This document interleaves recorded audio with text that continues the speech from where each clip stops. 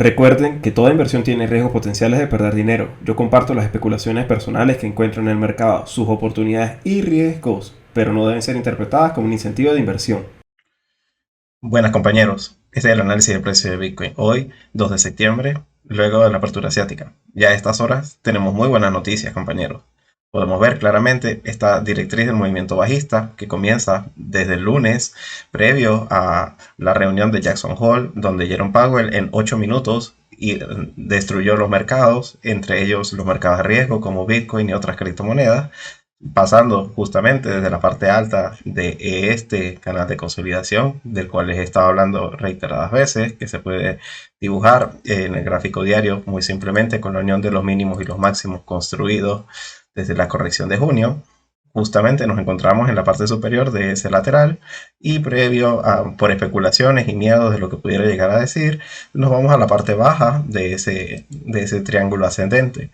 Ahora bien, justamente Jerome Powell en 8 minutos destroza ese triángulo y lo rompe a la baja y comenzamos entonces a hacer una unión de máximos para ver cuál es la directriz del movimiento, la cual debe respetarse para seguir suponiendo que vamos a tener una continuación hasta su objetivo de los $18,000. Pero ya vemos que lo hemos roto y es un movimiento bastante, podemos ver, ya tenemos dos velas, la ruptura más dos velas por la parte superior. Lo que podría decirnos que podríamos ubicar una posición en largo con un stop en los 19.500, la misma zona que no debe volver a perder. Primero que todo, porque sería la construcción de un nuevo mínimo por debajo de los anteriores. Y segundo, porque sería regresar nuevamente dentro de la directriz bajista. Y entonces podríamos considerar que fue una falsa ruptura. Escenario que no me parece que sea el más sensato, dadas las noticias que tuvimos el día de hoy del calendario económico, mejor dicho, del día de ayer, y que tal vez pudiéramos llegar a ver algo de ruido durante el día de hoy, pero eso ya lo vamos a repasar.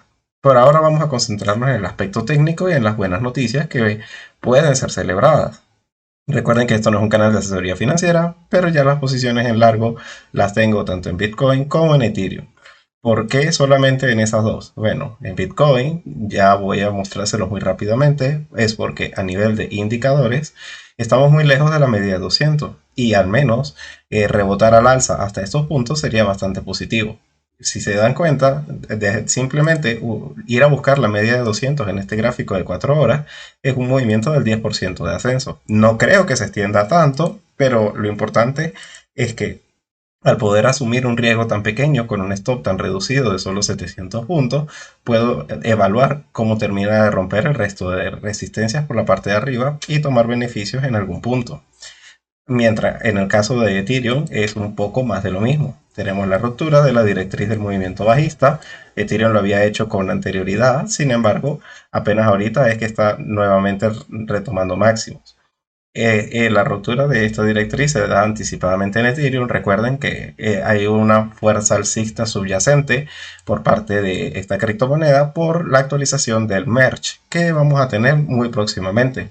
Ya dentro de 15 días muy probablemente pudiéramos ver algún tipo de caída nuevamente en Ethereum porque se compra con el rumor y se vende con la noticia. De eso también les quiero hablar. Hay un tema muy importante que discutir sobre lo que significa realmente esa frase de comprar con el rumor y vender con la noticia, que no todo el mundo está considerando. Ahora bien, vamos a seguir con el análisis técnico. Seguimos con BNB. Fíjense, la diferencia realmente significativa con BNB y Bitcoin es que BNB no ha roto, Binance Coin no ha tenido la fuerza alcista que se puede ver en Ethereum ni en Bitcoin, por lo que no pretendo ubicarme en una posición en largo en BNB. No significa que esté dejando de creer en este proyecto, ni menos pareciera, pero sí podemos ver que a diferencia de los otros dos proyectos, el día de hoy sí construyó un mínimo por debajo de los mínimos anteriores. Es decir, tenía que haber respetar, y se los había comentado, los 272 y sí se alcanzó un mínimo justamente en los 270. Fue una falsa ruptura y se está dando la vuelta al alza porque está acompañando el resto de los mercados, pero no me gusta ver que sí se están construyendo este tipo de velas, estos tipos de mínimos en BNB y que al mismo tiempo no tiene la suficiente fuerza para romper la directriz del movimiento. Es por eso que elijo no posicionarme en el caso de BNB. También me puedo decir que me ha gustado muchísimo el cierre que tuvimos el día de ayer en Wall Street, porque comenzamos cayendo, construyendo un nuevo mínimo, llegamos hasta la zona que yo les había estado comentando en el gráfico diario, que todo el mundo, hablo de diferentes bancos de inversión, estaban hablando de que el 3900 era clave. Perder los 3900, y lo vuelvo a decir, perder los 3900 es para irnos nuevamente a los 3640, 3600. No hay nada debajo de los 3900 realmente significativo. Es ir a retestear los mínimos anuales. Por lo que este mínimo, o fue el mínimo que vamos a ver durante el mes de septiembre, o cuando lo testemos nuevamente, vamos a ver caídas muy importantes. Este mínimo se debe respetar. Y parece que los diferentes bancos de inversión se toman en serio muy bien sus palabras, porque al llegar a este punto podemos ver que tuvimos un movimiento en ascenso de un 1,48% y también la misma ruptura de la directriz del movimiento bajista que habíamos estado viendo que se estaba acentuando. En el caso del SP500, la directriz real del movimiento no es esa. La directriz real va muy por encima, es decir, va mucho más pausada.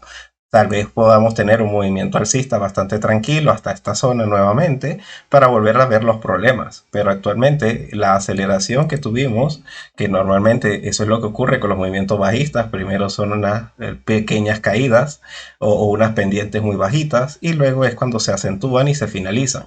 En el caso del SP500 el movimiento fue muy de manual, sinceramente, muy bien estructurado, pero ya esta ruptura es para cerrar cortos. Justamente, si se dan cuenta, es la vela más fuerte de un movimiento alcista que podemos ver en este gráfico de 4 horas, desde incluso antes de que hablara Jerome Powell en Jackson Hole. No habíamos tenido una vela con tanta fuerza desde hacía ya más de hace 15 días. Eso habla muy bien de la fuerza en la que se interpretó los datos macroeconómicos que se dieron el día de ayer. Como les digo, ya hablaremos de eso. Ahora bien, eso es realmente lo más importante que podemos ver. Los problemas en el mercado de los bonos, igual, podríamos decir que un poquito mejor, ya son solo 0,2, 0,25 puntos, lo que hace de inversión de curvas entre el bono de 2 años y el de 10 años, pero todos van en un franco ascenso, y eso es muy negativo.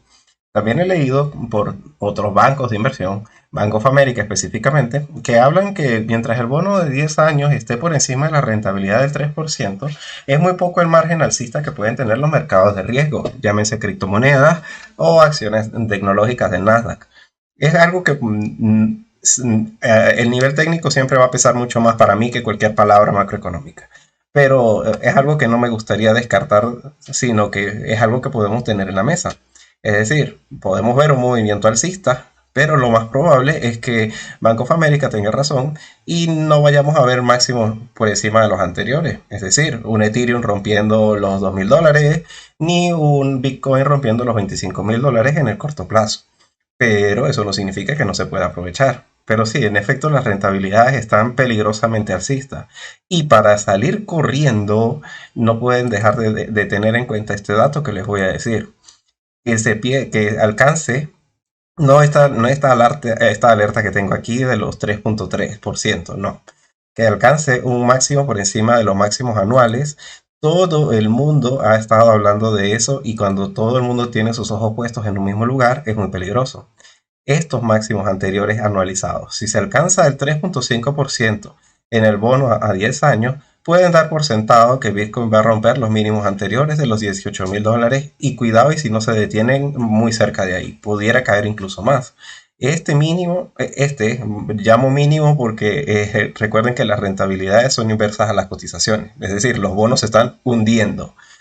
Si este máximo de rentabilidades es roto al alza, significaría que se estaría alcanzando un nuevo mínimo en los bonos. Eso puede ser extremadamente peligroso para los activos de riesgo y es algo que todos deberíamos tener en cuenta. Ajá. Bueno, ya eso vendría siendo lo que viene siendo la lectura de mercado, como les estoy diciendo. Parece que estamos teniendo una mañana bastante positiva en Asia. No se ha descontado absolutamente nada negativo. El euro ha perdido la paridad, pero igual se está recuperando algo, algunas posiciones, un 0,15%. Y bueno, pues sí, el mercado de China haciendo lo único que sabe hacer, que es caer, igual que el Hansen. No habría nada realmente importante que discutir en ese sentido. por lo que quería explicarles algo extremadamente importante. Estamos viendo el gráfico semanal. Sí, está muy bien que lo veamos para lo que voy a decir. Eh, Fíjense, compañero, todo el mundo está hablando de los Bitcoin de MT Gox. Y sí, en efecto, es que es una cantidad conmensurable. Son más de 100.000 Bitcoin que van a salir probablemente a venta OTC, es decir, que lo van a vender al primer postor y los van a lanzar al mercado y ya. ¿Por qué? Pues porque se tiene que subsanar la deuda con los acreedores, los dueños originarios de esos Bitcoin. Ahora bien, les contaba la relación que existe y lo que quería decirles referente a compra con el rumor, vende con la noticia. Creo que ya por toda la experiencia que los que me han estado siguiendo desde hace un año o los que han estado haciendo trading desde hace más de un año, sabrán qué significa comprar con el rumor y vender con la noticia. Significa que cuando viene algo muy bueno, se comienza a subir por especulación. Es decir, un movimiento alcista, pues vamos a verlo aprovechando que estamos en el gráfico semanal, un movimiento alcista porque, por ejemplo, Elon Musk está comprando Bitcoin, que fue este movimiento alcista, y Elon Musk no compró todos estos Bitcoin para tener este movimiento que estoy marcando en rojo. Elon Musk simplemente compra una parte y la compra a este precio, y lo demás es el rumor y el FOMO que causa la noticia, el miedo a quedarse por fuera. Ahora bien, lo mismo ocurre con las noticias negativas, pero eso no es algo que hayamos vivido y que muy probablemente vamos a vivir con esto de MTGOTS, compañeros. Quiero que se hagan la idea de cuál es la posición de una persona que se encuentra a la baja. Yo creo, por ejemplo, que los Bitcoin de MTGOTS van a generar que Bitcoin rompa los 18.000 a la baja. Vamos a poner ese escenario. Y yo abro cortos desde que comienza la probabilidad que eso ocurra, que se ha estado acentuando durante todo el mes de julio, justamente cuando los máximos que se alcanzaron son los 24.600. Si se dan cuenta, pasamos un mes prácticamente en el mismo lugar. Y en algún punto yo abro un corto, y esta es mi zona de cortos, porque desde el mismo momento en que comienza la noticia a correr, es que comienza a generar eso, el efecto en el mercado, que cuando es positiva, es alcista. Y en este caso es negativa. Yo no quiero comprar antes de que MTGOTS lance esos Bitcoin al mercado porque voy a comprar caro. Es probable que cuando esos Bitcoin salgan al mercado, Bitcoin caiga. ¿Verdad que sí? Pues no. Porque funciona exactamente igual, compañero. Es decir, nadie está comprando Bitcoin y el mercado de Bitcoin, si se dan cuenta, está en este movimiento desde los mínimos de junio, cada vez con menos volumen. Se sostiene, pero no aparece ningún tipo de volumen, porque nadie quiere comprar Bitcoin antes de que se vendan los Bitcoin de MTGOTS. Es decir, hay un montón de compradores estancados con sus carteras líquidas esperando un evento del futuro. Es exactamente lo contrario que ocurre con el FOMO. Porque con el FOMO tú compras con anticipación y cuando llega la noticia, cuando ya es oficial, cuando ya es un hecho, se tiene que vender porque ya no hay un motivo para seguir manteniéndolo. Ahora, del mismo modo, sí es cierto, van a salir 120, de 100.000, 120.000 Bitcoin a venta OTC, pero eso no tiene por qué ser bajista. Porque ha habido una suficiente reducción del volumen comprador, dado el hecho que todo el mundo está esperando eso para comprar, para decir, este es el mínimo y a partir de aquí quiero incrementar mi DCA, puede ser, o simplemente hacer una sola compra importante. Eso, compañero, puede contrarrestar mucho la fuerza bajista. Y adicional a eso, supongamos que la mayoría de las personas que operan el mercado a la baja, pero yo no estoy incluido entre los que está operando a la baja el movimiento de MTGOTS, y es precisamente por esto que les estoy diciendo. Ya vieron sus posiciones en corto. Nadie va a esperar que salgan los Bitcoin de MTGOTS para vender, porque ocurre lo mismo. Es decir, compras con el rumor y vendes con la noticia cuando ya es oficial, ya no puedes abrir el corto. Efectivamente, o el precio ya cayó, ya se descuenta con demasiada violencia el movimiento, o la opción B, estás entrando tarde. Estás comprando cuando Cardano hizo su última actualización y se desplomó desde los $4 hasta el punto actual que se ha desplomado este año, que es 0,33, caídas del 80% luego de esos momentos súper esperados y codiciados. El compra con el rumor y vende con la noticia funciona también con el vende con el rumor y compra con la noticia. y no puede caer muchísimo más porque aunque nadie puede saber exactamente cuál va a ser el sistema de venta que van a usar, es decir, si van a vender todos de golpe o si se va a topar los $25,000 como un techo y cada vez que llegue ahí MTGOS va a estar vendiendo constantemente, o si van a hacer unas ventas progresivas y continuas durante un periodo de tiempo. Como nadie puede saber eso, lo único que se puede saber a ciencia cierta es ver cómo está descubierto el mercado referente a ese escenario. Es decir, todos los que ya están expuestos porque compraron Bitcoin tienen miedo de que eso les vaya a generar una caída muy fuerte, porque opción A tiene suficiente liquidez para comprar por la parte de abajo, o la opción B, pues abriste un corto. ¿Y cómo están los cortos? Vamos a verlo. Miren que el tamaño de los cortos, compañeros, está en los máximos como cuando hicimos el crash en junio. Fíjense los cortos que existían el 18 hasta prácticamente durante esos días, e incluso el mismo 15 de junio, estamos en los máximos de cortos. Y eso es extremadamente positivo, es un gran colchón. Es decir, el que tiene Bitcoin ya se cubrió frente a ese evento. Y si ve que Bitcoin no está cayendo, va a cerrar sus cortos. O si ve que Bitcoin le está dando ganancias por la caída, va a cerrar sus cortos. No es que vamos a dejar los cortos por si nos vamos a los $5,000. A menos de que sean cortos por motivos macroeconómicos y de muy largo plazo, una cobertura por otro tema, pero si estamos hablando de que solamente restringiendo esta especulación a los Bitcoin de MTGOTS, estamos totalmente cubiertos. No se pudieran alcanzar nuevos mínimos por debajo de los $18,000 simplemente por el hecho de que MTGOT salga a vender. Y eso es una lección que a piedra deben tenerla escrita en algún lado, porque eventualmente les puede traer muchos problemas si piensan que se tiene que vender con esa noticia o más bien es al revés. Justamente, si se compra con el rumor y se vende con la noticia, este evento bajista que ha estado tan descontado con tantísima anticipación por los mercados, funciona exactamente al revés.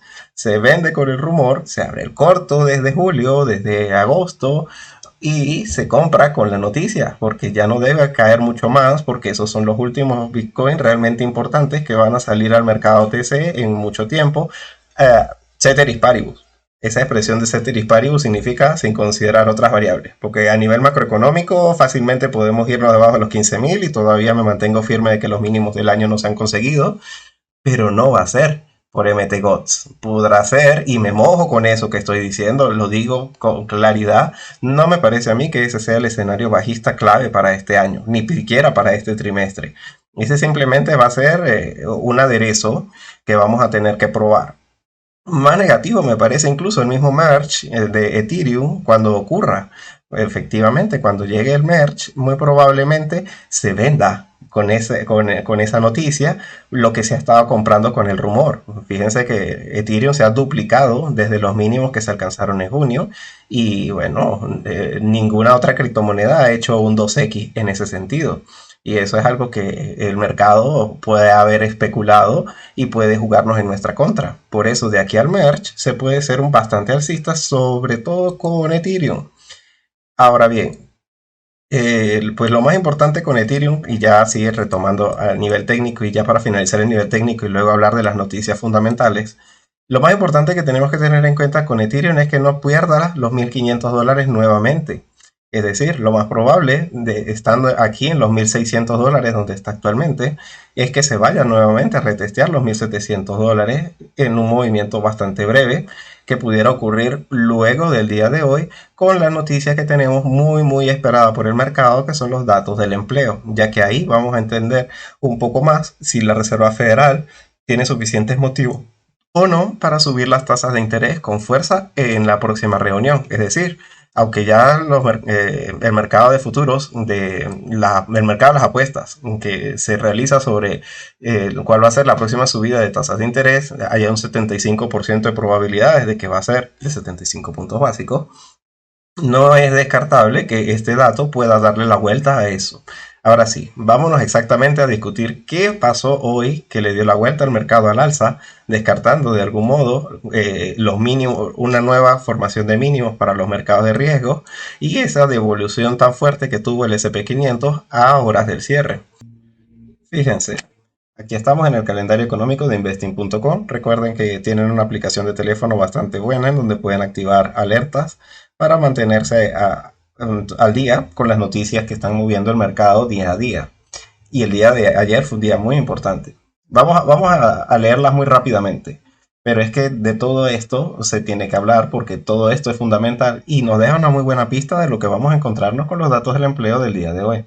Fíjense, han caído, o mejor dicho, no han caído, salieron por debajo de lo esperado el crecimiento de las nuevas peticiones de subsidio por desempleo. En otras palabras, la gente no se está quedando desempleada. Eso le da suficiente fuerza a la Fed para pensar que puede seguir siendo agresiva por los mercados. Esta fue negativa y es que cuanto mejor, peor. Lamentablemente, mientras el mercado laboral siga lo suficientemente robusto en los Estados Unidos, se puede prolongar más y más y más y más una próxima bajada de los tipos de interés. Como les digo, y si se dan cuenta, la hora fue previo a la apertura de Wall Street, este tipo de datos fueron los que comenzaron a irnos a la zona de soportes y probable pérdida de los mismos, pero no terminó ocurriendo. Y es que muy de la mano con eso salieron muchos datos muy positivos. Ya les voy a explicar. Es decir, las solicitudes de desempleo promedio también cayeron, la productividad no agrícola se esperaba que cayera más y simplemente cayó menos de lo esperado. Eso también fue positivo para los mercados, positivo para la economía, malo para los mercados. Los costes laborales, esto significa inflación, que es la sticky. La inflación se puede clasificar entre las cosas que son muy difíciles de acabar en el tiempo y las que no. Las que son complicadísimas de acabar en el tiempo es cuando tú comienzas a ver que los costes laborales y que a nivel de salarios, los salarios aumentan, porque los salarios nunca disminuyen. Y esa premisa de que los salarios no disminuyen y que del mismo modo los costes laborales, es decir, el costo al que a ti te cuesta producir, esté subiendo, es muy grave. Y ya podemos ver que no es grave porque el mes pasado se encontraba en 10.8, se esperaba una pequeña caída y se tuvo una caída un poco más grande de la que se esperaba. Eso también contribuyó, pero en este caso sí de manera positiva, a ver que la inflación tiene una cierta pinta de estar remitiendo. Los PMI, que son cómo se están reponiendo o cómo se están preparando las diferentes compañías, las más grandes, a nivel del sector manufacturero, también salió por encima de lo esperado. El mes pasado 51.3, se esperaba que no se moviera y subió ligeramente. No vendría encontrando realmente ninguno negativo hasta que llegamos exactamente al sector de índice de precios del sector manufacturero. Este también, si se dan cuenta, cayó con muchísima fuerza. Esto es lo que la Fed está mirando y lo que también la puede llevar a que no suba tanto los tipos de interés. Me refiero, este sí es positivo. Realmente el único negativo que pudiéramos mencionar es no, ninguno, los que mencioné originalmente. Estos informes sobre el empleo, que el empleo está muy robusto, pero ya a lo que tiene que ver con el índice ISM, nos deja dos pistas muy buenas. Y la pista importante, más positiva, es ver cómo, y yo se los estaba diciendo desde el día de ayer, si veíamos un robusto dato del ISM manufacturero, significaría que muy probablemente vamos a cumplir la estacionalidad del cuarto trimestre del año de medio término, que es extremadamente alcista. Y bueno, ya al ver una pequeña ruptura de esa directriz, pues ya al menos tengo como tener algún tipo de exposición. Ahora bien, esto me llama muchísimo la atención, ver que sí salió por encima de lo esperado y eso puede darnos un fuerte indicio de cómo va a terminar de salir los datos tanto para el día de hoy y cómo pueden ser interpretados por el mercado.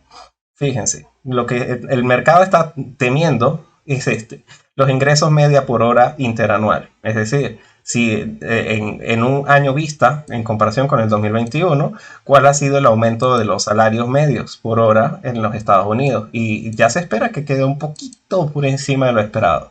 Una gran sorpresa muy positiva para el mercado va a ser que esto salga por debajo. Pero la clave está aquí. Esta es la clave. Las nóminas no agrícolas, es decir, cómo el sector cómo se encuentra el sector del empleo en no agrícola.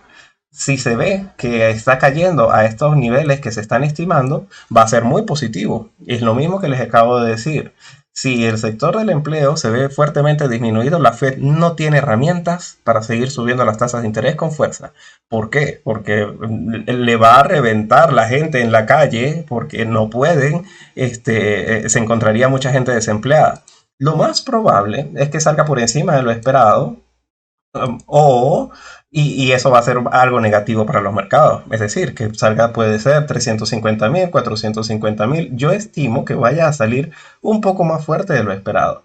Pero si sale más débil de lo esperado, muy probablemente va a ser un movimiento violento al alza. Al alza. Y no habría otra manera de interpretarlo. Porque a esto es a lo que le tiene miedo al mercado, que vaya a salir un crecimiento muy fuerte del empleo. Fíjense el dato que tenemos de agosto, que es extremadamente robusto. Sin embargo, se especula que hubo alguna especie de, no se descontó bien lo que podía ser los datos por las estaciones. Es decir, mucha gente sale de vacaciones, mucha gente cambia de empleo o solicita un empleo temporal porque está de vacaciones, y eso, hay muchas conspiraciones, porque es la verdad, conspiraciones de por qué salió tan por encima de lo esperado en el mes de agosto. Y por eso es que se estima que va a tener esta caída de 200.000 puestos de trabajo. No es que se perdieron 200.000 empleos, sino que vuelven a la normalidad porque ya se pierde la estacionalidad.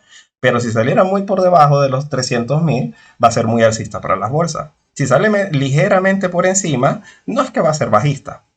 Pero si llegara a salir algo parecido a esto, pueden dar por sentado que vamos a romper los mínimos de los 19.500 y podemos ver serios problemas en el corto plazo.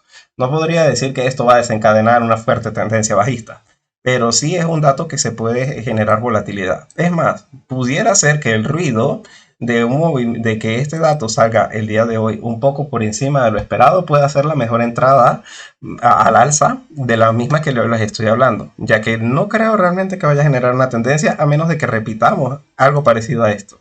Pero si simplemente sale 350.000, 320.000, o algo por encima, no va a llevar a que la gente diga que la Fed va a subir 75 puntos o un punto las tasas de interés. Eso no va a ocurrir. Y ese realmente es el último dato realmente significativo que tenemos para el día de hoy. Y con ese dato vamos a cerrar la semana y muy probablemente comenzaremos a ver movimientos alcistas para lo que puede ser la primera y la segunda semana de septiembre. ¿Qué pienso yo? Igual esto sí ya es mojarme demasiado. No tengo la bola de cristal, se me ha venido hace muchísimo tiempo. Pero en mi opinión, acuérdense que este mes es de cuádruple hora bruja, por lo que la tercera semana del mes de septiembre probablemente sí vayamos a tener bastante volatilidad, pero sin irnos de un rango en donde se encuentra el precio. Es decir, lo más probable es que el S&P 500 ya esté rondando los 4.100, y es mucho adivinar lo que estoy diciendo, pero me manejo en el contexto que puede que sea alcista los primeros días del mes de septiembre para luego tener algún tipo de respuesta bajista. Pero realmente no, dado las condiciones que estoy viendo de los datos macro que se publicaron el día de ayer, es decir, un PMI que sale fortalecido, una inflación que pareciera dar unos pequeños síntomas de remisión a nivel de los datos del empleo, que es la más peligrosa de todas, como les digo. Del mismo modo, ver que todo el mercado de una u otra manera se recuperó justo al final, me parece que puede tener varios síntomas de pensar que podemos tener un movimiento alcista, que los 3.900 que se tocaron ayer fue el fondo, y que muy probablemente vayamos a tener un rebote, tanto en el S&P 500 como en el caso de las criptomonedas. Por eso es que yo estoy pensando es en abrir largos, no en cortos. A menos, como les digo, que se llegara a ver esa ruptura de mínimos anteriores de los 19.500. Pero mientras tanto, permanecer en una idea alcista me parece a mí lo más sensato. Igual, como les digo, la bola de cristal se me averió, pero es mi opinión y quería compartirla. Saben que siempre lo hago con ustedes de una manera totalmente transparente. Recuerden, si te ha gustado este video, déjame un like y comparte estas ideas con tus amigos traders. Bueno, me gustó muchísimo compartir mis ideas con ustedes el día de hoy. Que terminen de tener una feliz sesión. Hasta luego.